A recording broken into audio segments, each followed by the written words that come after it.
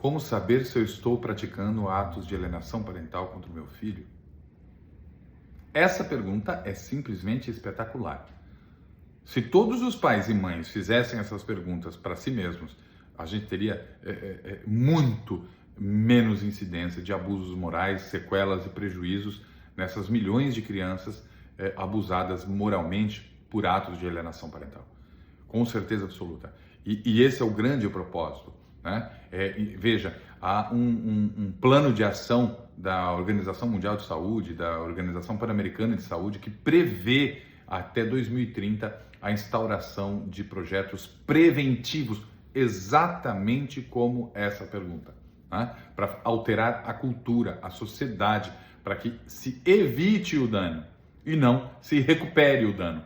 Né? Então, essa pergunta é espetacular. Olha, nós não teremos como nos aprofundar nessa questão, tentarei ser aqui objetivo, mas de forma superficial.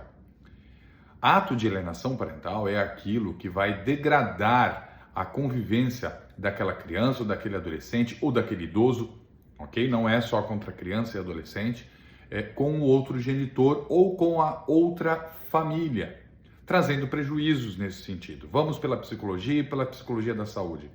É mais do que certo que a convivência daquela criança e daquele adolescente com ambos os pais e ambas as famílias é de extrema valia para sua formação biopsicossocial. Então isso é indiscutível. Sabemos que precisamos tanto de uma figura quanto da outra. Quando ocorre ali o divórcio, a separação e etc., há muitas brigas, há muitos questionamentos que fazem com que essa mágoa pessoal, essa mágoa individual transborde para a relação parental. Então, a parentalidade, que é aquela do filho com o pai e o filho com a mãe, ela não pode ser encerrada. Né? Sim, a conjugalidade. Então, acabou, divorciou, maravilha. Divorciaram, vocês têm autonomia e vão viver a vida de vocês. Mas existe ainda um filho, existe uma criança, um adolescente. Por isso nós temos a questão de guarda compartilhada, de dupla fixação de residência, outras tantas coisas em voga para evitar esses prejuízos, tá? Tá bem, mas o que seria exatamente isso? Lá na lei fala, ou alguém fala, alguém me contou e etc. Que seja de que não posso falar mal, que não posso... Não é isso, isso é tão superficial, ok? Vamos pegar um caso muito típico e normal. O filho está então ali na convivência do pai. Vamos trazer aqui o pai como alienador, para retirar um pouco dessa estigmatização que tem, né, sobre a mãe. Então o pai é o alienador e a mãe vem retirar o filho para a convivência, o filho está ali na casa do pai. E aí é uma criança menor, e aí o pai desce, mora num prédio, num apartamento, e desce para levar a criança até o carro da mãe. E aí, no caminho, ele vem falando: filho, meu filho, fique tranquilo, olha, filho, não chore, olha, vai dar tudo certo, sua mãe é maravilhosa, ela é incrível, não precisa ficar triste, nem com saudade, o papai tá aqui, não fica triste, nem tenha medo. Isso é abuso moral, isso é completamente alienação parental. Qual é a relação dele com a mãe, dele com o pai? É a mesma, não precisa desse cuidado, entende? A naturalidade deve existir. Vai conviver agora com a mãe ou comigo? Ok. Então, ok, sua mãe chegou, vamos lá que ela chegou e acabou, e ponto final. Isso gera uma angústia, isso gera uma ansiedade, isso gera um pacto de lealdade da criança, né? Em entender que aquele pai que está fazendo aquela cena não ficará bem sem ele. Vai entender que há ali algum sofrimento, alguma tristeza daquele pai, ok? Ainda que sinta essa situação, e aí vai passar a ter e vivenciar uma ansiedade, vai carregar uma culpa por abandonar aquele pai, e não uma situação natural onde vai conviver com a mãe. E aqui começamos a ter aqui pactos de lealdade. Isso começa a trazer um prejuízo, porque na convivência com a mãe não será sadia e nem feliz, não aproveitará aquele momento, porque estará a todo momento com culpa por aquela situação, por aquele prejuízo do pai que o aguarda. E quando chega em casa, então, que maravilha, você chegou, meu Deus, que saudade. Pode sofrer, pode ter saudade, pode chorar, é óbvio que sim. Não demonstra. Este é o cuidado com o estado psicológico do filho. Quer um outro exemplo de alienação parental? A falsa denúncia. Então, aquele que falsamente trouxe aqui uma acusação de ato de alienação parental, que o outro genitor aliena, fala, acontece quando é completamente equivocado e mentira, isso é alienação parental. Estamos aqui trazendo uma mentira, uma criação para conseguir algum benefício, tá? Ainda que os atos de alienação parental praticados não sejam conscientes, como esse exemplo que eu dei, ou qualquer outro, ok?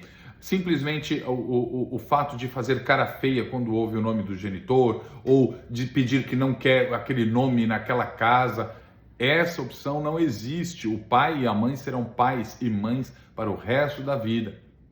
Não serão mais maridos e nem esposas, mas serão pais. Então, essa situação não pode existir. Então, está nos detalhes, tá? E esse cuidado nos detalhes é que vai transbordar uma saúde mental para a criança. Veja o que a psicologia da saúde diz. A psicologia da saúde entende o seguinte, que todos nós somos doentes e saudáveis, que ninguém é totalmente saudável e nem totalmente doente, que há um equilíbrio. Eu posso ter, neste momento, mais saúde do que doença, ou mais doença do que saúde. Se eu tiver só doença, eu morri. Ok? Então, dentro desta prática, há sempre a intenção de uma promoção de saúde. E a promoção de saúde é o principal elemento nessa situação. E o que seria a promoção de saúde? Seria a educação desses pais. Seria a educação parental para manutenção dessa saúde ou a promoção dessa saúde diante de um divórcio. A criança, todos vão sofrer, todos vão perder no rompimento dessa família, desse núcleo familiar. Perder menos e incitar que aquela criança se sinta bem em mais de um lar, que se sinta bem em duas casas, sentindo então que são suas casas e ficando feliz tanto com o genitor quanto com o outro, isso é promoção de saúde. Quer ver um outro exemplo? A bronca que é dada no lar tem que ser a mesma dada no outro. O castigo de que ficará sem celular porque não estudou e esqueceu de entregar o trabalho tem que funcionar em uma casa e na outra também. Porque o genitor que se utiliza disso para ganhar pontos com aquele filho, ou seja, não, aqui em casa tudo bem. A mamãe que deu essa bronca, a mamãe que deu esse castigo, o problema é dela. É lá e aqui, aqui. Aqui, filho, você está liberado, pode tudo e o papai jamais vai te pôr de castigo.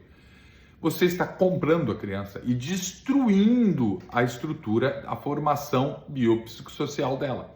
Destruindo os limites, destruindo a sua educação. E pai e mãe são aqueles que são obrigados a educar. E isso exige muito amor. Então, ser condescendente nesse sentido é trazer prejuízo. E é uma prática pura de alienação parental, de abuso moral contra a criança e contra o adolescente.